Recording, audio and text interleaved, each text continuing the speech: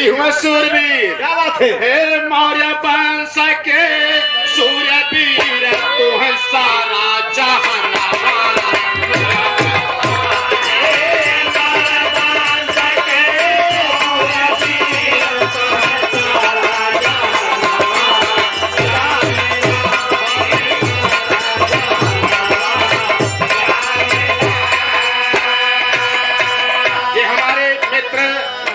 लल्लू मौर्य जी, इनकी तरफ से 51 का 5 पुरस्कार आया है।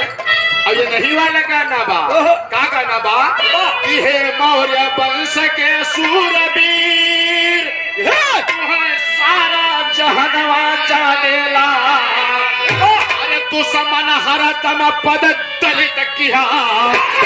ये दुश्मन आए ना, यह मौर्य वंश के आगे ठिकाना है।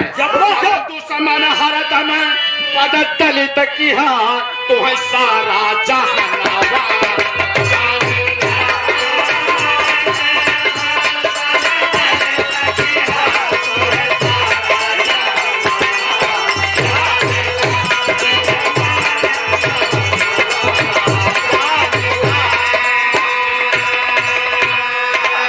दुश्मन हरदम पद दलित किया तो है सारा जहानवा।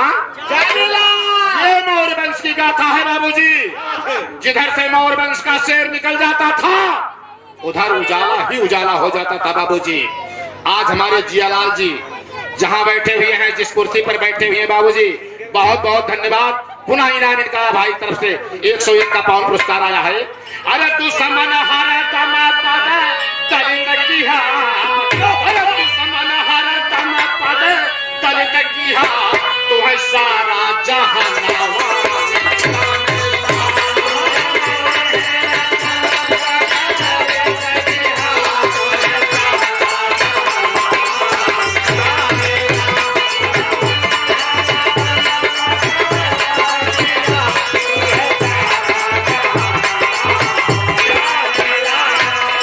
इसी कड़ी में हमारे प्रधान 101 का 5 पुरस्कार आया, भैया को लाख लाख धन्यवाद।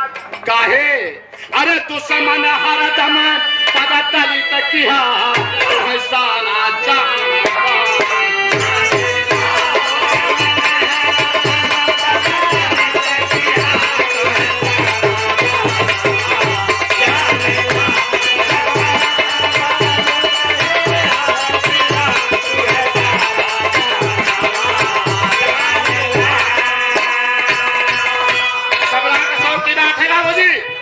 जिस समय प्रथम युद्ध तक्षशिला में लड़ी गई और जब लड़ी गई तो श्री राम किशोर मौर्य जी श्री नव दुर्गा रामलीला मंडली के प्रधान साहब की तरफ से 101 का 5 पुरस्कार आया है। काहे सहलाल और तरफ से तक्षशिला में जब पहुंचे मन में आखत रतिहा। कुछ भागी गए कुछ खड़ा रहे, अरे कुछ के गर्दन चाई मरोड़ दिया। मौर्य वंश की गाथा है बाबूजी। सम्राट अशोक की बात है, जिस समय तक्षशिला में गए हैं इनकी दहाड़ से कितने तो खड़े रह गए और कितने ऐसे भागे पीछे लग के नहीं देखा और कितना तो हमारे कभी कहा था धोती खुल के वैसे भाग गए। मौर्य वंश की गाथा बाबूजी, बात मामूली नहीं है, हल्के में लेने की जरूरत नहीं है। ऐसे है अरे मरी जाए वीर सब दहशत से, अरे मरी जाए वीर सब दहशत से जब तेरा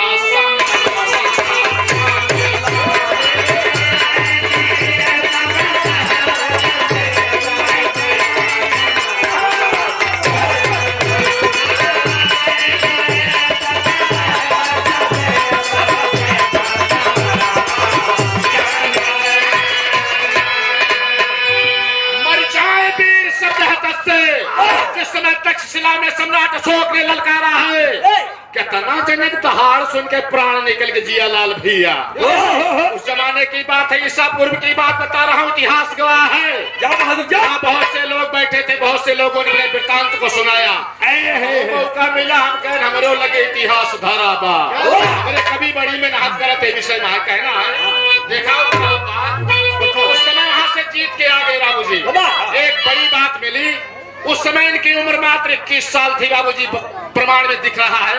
हमारे तक्षशिला से आए हैं तो छोटी उम्र थी इनकी। क्या होत का बा भैया, इनके 101 भाई रहे और 101 भाई के बीच में स्पर्धा रखी गए कि जो सबसे ज्यादा बलवान होए वही है साम्राज्य का मालिक होए। स्पर्धा रखी गई तो स्पर्धा में भाव लगा, क्या लगा?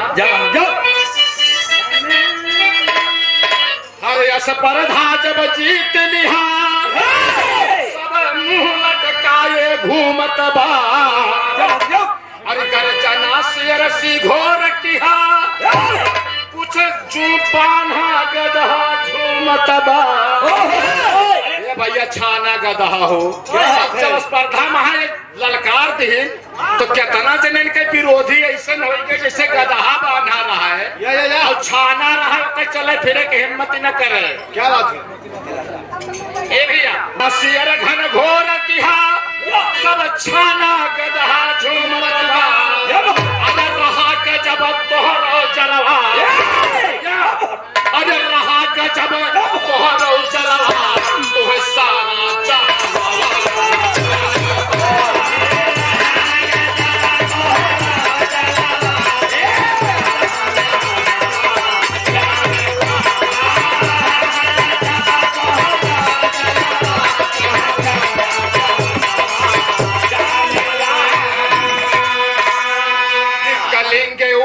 चढ़ गई। अरे घोर बड़ा संग्राम भइल। दूसरी लड़ाई बाबूजी कलिंग के ऊपर इनकी लड़ाई हुई है। चढ़ गए, बहुत घनघोर संग्राम वहां पर हुआ है। लाशों पर लाश गिरी लाखों, चंदी से चंड कठोर भइल। अरे हार भइल पद्म नाभन के, जब हार भइल पद्म नाभन के तुम्हें सारा जहां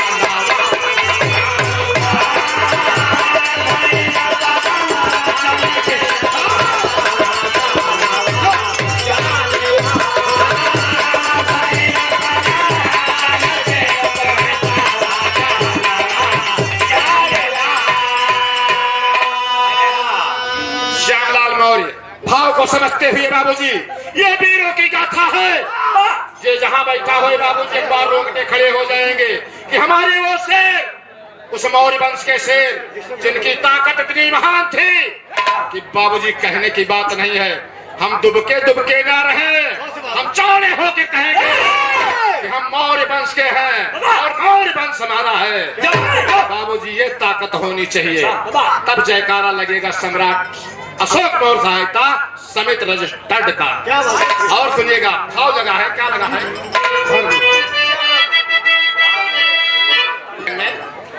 भारत में सबसे ऊंचा महान सम्राट बना, सत्यमेव जयते लिख के अरे राजा में विराट बना। अरे बना एक चक्रवीर। रामराज भैया हर जन के आज निगाहों में चक्र नाच रहा है, उसी की तो लोग प्रशंसा कर रहे हैं। पता ही ना है कितना जने जनता ही ना है चक्रवा नाचत कहाँ बा।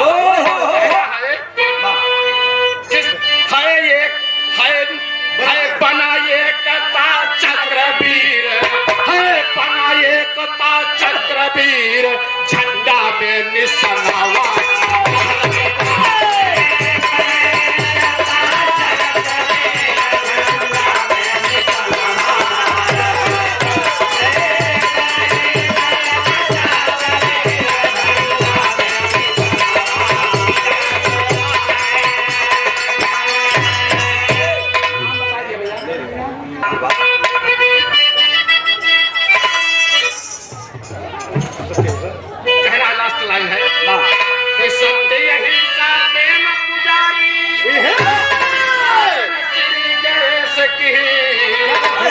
ना दुखी रहो ना दुखी करो, अरे कितना सुंदर संदेश दी।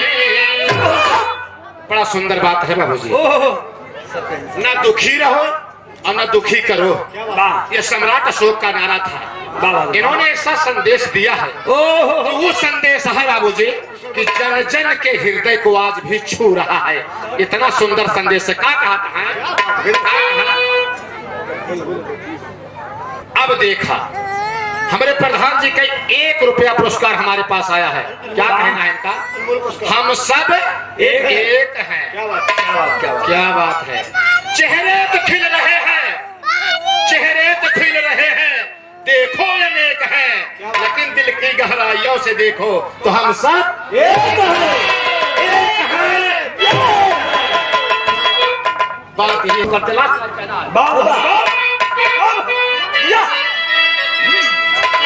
सत्य अहिंसा प्रेम पुजारी राजन श्री गणेश के दुखी रहो ना दुखी करो, इतना सुंदर संदेश दे। अरे रहे उजाला नमो बोधे, अरे रहे उजाला नमो बोधे, राजन के जहानावा